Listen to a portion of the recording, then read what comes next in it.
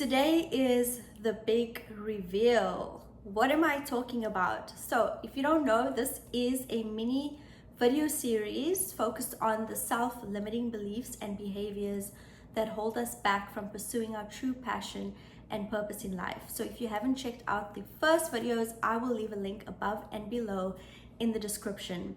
But today, we are going to reveal the number one self-limiting belief that I think affects the majority of people, or has at least affected them at some point in their lives. So let's get started.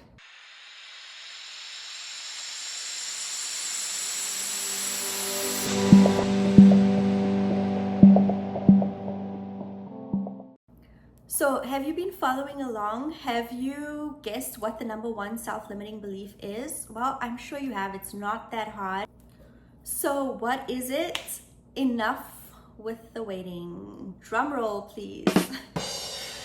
Okay, I believe that the number one self-limiting belief is a sense of unworthiness, a feeling that we are not worthy enough, or in other words, this feeling that we are not good enough, or we are not deserving. We are not deserving of love, of abundance, of happiness, of success, or we are not good enough to participate in the goals or actions that would bring us, or that would enable us to live a fulfilling life, whatever that means to us. Whatever a fulfilling life means to you, you believe that you're not good enough to achieve that, or you're not good enough to get there, whatever it is. So if this deep sense of unworthiness. Now, let's explore whether this is true or not. In the previous videos, I grouped together a bunch of self-limiting beliefs, and I put them under three umbrellas. The three umbrellas being a fear of failure, perfectionism, and self-confidence. So let's unpack this a little bit. Let's think about a fear of failure. Under a fear of failure, we group together things like fear of failure, fear of success, fear of rejection, and so on and so forth. If you think about failure and why we are so afraid to fail, we're afraid to fail because deep down, we believe that if we fail, we're going to prove to ourselves that we were not good enough to begin with. And this is a very deep-seated fear, because it's almost an existential fear. Because if you're not good enough, then what are you doing here? It questions it puts your existence into question. If I'm not good enough to, or if I'm not deserving enough of love, of success, then what am I doing here? Why am I here on earth? So underneath that fear of failure, or fear of success, even if you think about a fear of success, the underlying that is like, I'm gonna have all the success, and then what if people pull the curtains back and find out that I'm actually a fraud, I'm an imposter, I'm not good enough. We fear being rejected, because that will prove that we were unworthy of love to begin with, because we all want this feeling of acceptance. We all want to be accepted by others. Why? Because we are social beings. We thrive on social connection. So this fear of being rejected would mean that people don't like us, and that is a very deep-seated fear. Let's explore this a little bit more. Think about think about perfectionism and why. And so I group perfectionism and procrastination together, but let's just talk about perfectionism. Why do we want to portray this image of perfection to other people and to ourselves? It's because we fear that we are imperfect, which we really are imperfect, and I think we just need to embrace that fact. But we fear that there's this deep ugly feeling underneath all that, and that is this fear that we're not good enough, we don't look good enough, we don't perform well enough, we're not as good as the next person. So we want to uphold this image that we are perfect so that we don't let people into this little secret that actually we're not good enough. And this may not be a conscious thought process, but it's a very subconscious belief that holds us back a lot of the time in love, in career, and life. So let's look at self-confidence. And under self-confidence, I group things like self-esteem, self-image, self-belief, all the selves that you can think of. I group them together. And people with a low self-confidence already have a belief that they're not good enough. So like with the fear of failure or perfectionism, maybe they're not trying to hide it, but they just actually absolutely and consciously believe that they are not good enough. They're not confident enough. They're not talented enough. They're not worthy. So do you see that underlying all these fears, all these limiting beliefs is actually those very deep-seated belief that we are not good enough or we are not worthy. Now, I want to make a PSA. I want to make an announcement. And it's gonna shock you a little bit, but I hate to break it to you, but there is nothing that you can do to be more worthy. That sounds rough, right? But what I mean is that you were born worthy. You were born good enough. You were born deserving. There's nothing more that you need to do to prove your worthiness, to be good enough, to be, I don't want to say better, because there are things that we can do to strive to be better, but I'm talking about a deep-seated feeling of not feeling good enough or not feeling worthy. There's nothing you can do, more you can do, besides the fact of being born to be worthy.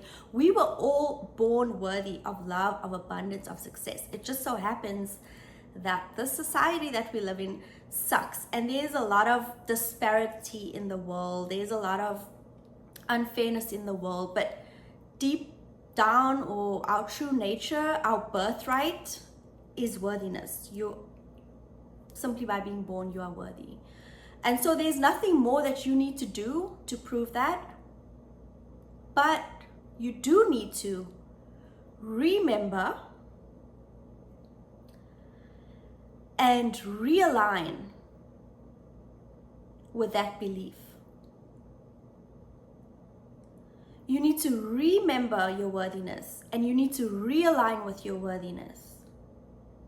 And that's it. It's as simple and as complicated as it is, as I'm saying.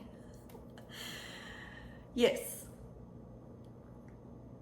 So there's nothing more that you need to do besides remember your worth and realign with your worth.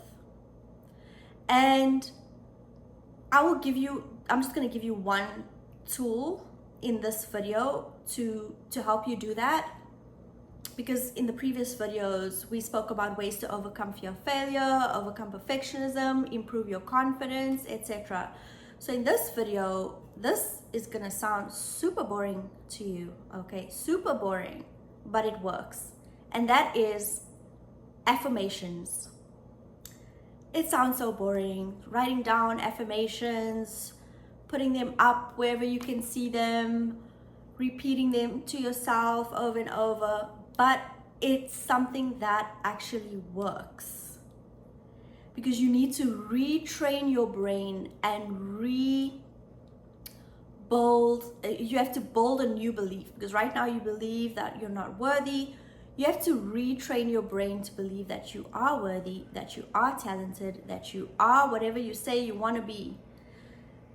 You have to rewire your brain, and affirmations help you do that. So write them down in a positive way in the present tense, starting with I am, and put them up wherever you can, on your mirror, on your fridge, on your desk, in your journal, and continue to say them to yourself, to yourselves, or self.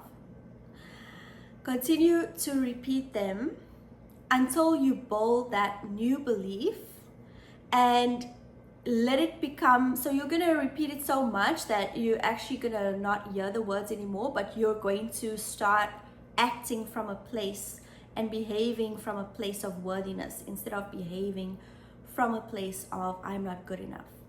This is something, it's so easy, but like we don't actually take the action and do it. But it works. Okay, so that's all I wanted to tell you, is that you are worthy. And if after all watching this mini series you still feel like you can't take the next step to move towards your goal or your purpose in life, I have one more thing. Actually I have two more things that I want to share with you. So the first one is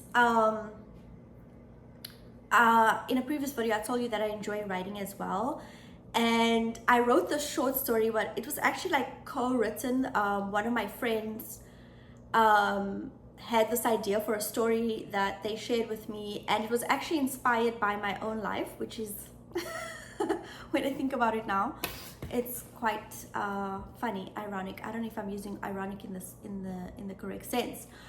But so actually when you read the story, don't think like every single word is about me. It is a fictional story, but it was inspired by my own life, and it's called A Life in Waiting. And I promise you, like, even though I wrote the story and with the help of a friend, every time I read that story it inspires me to take action.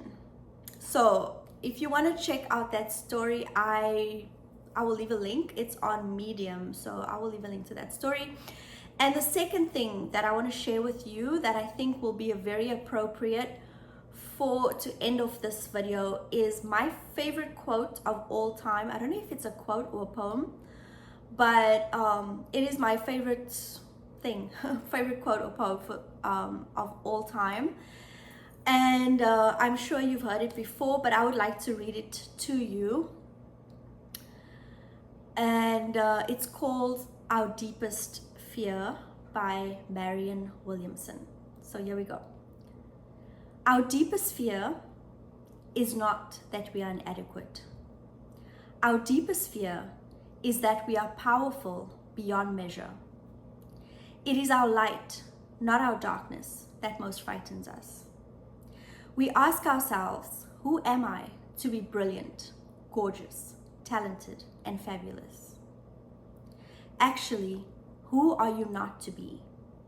You are a child of God. Your playing small does not serve the world. There is nothing enlightened about shrinking so that other people won't feel insecure around you. We were born to make manifest the glory of God that is within us.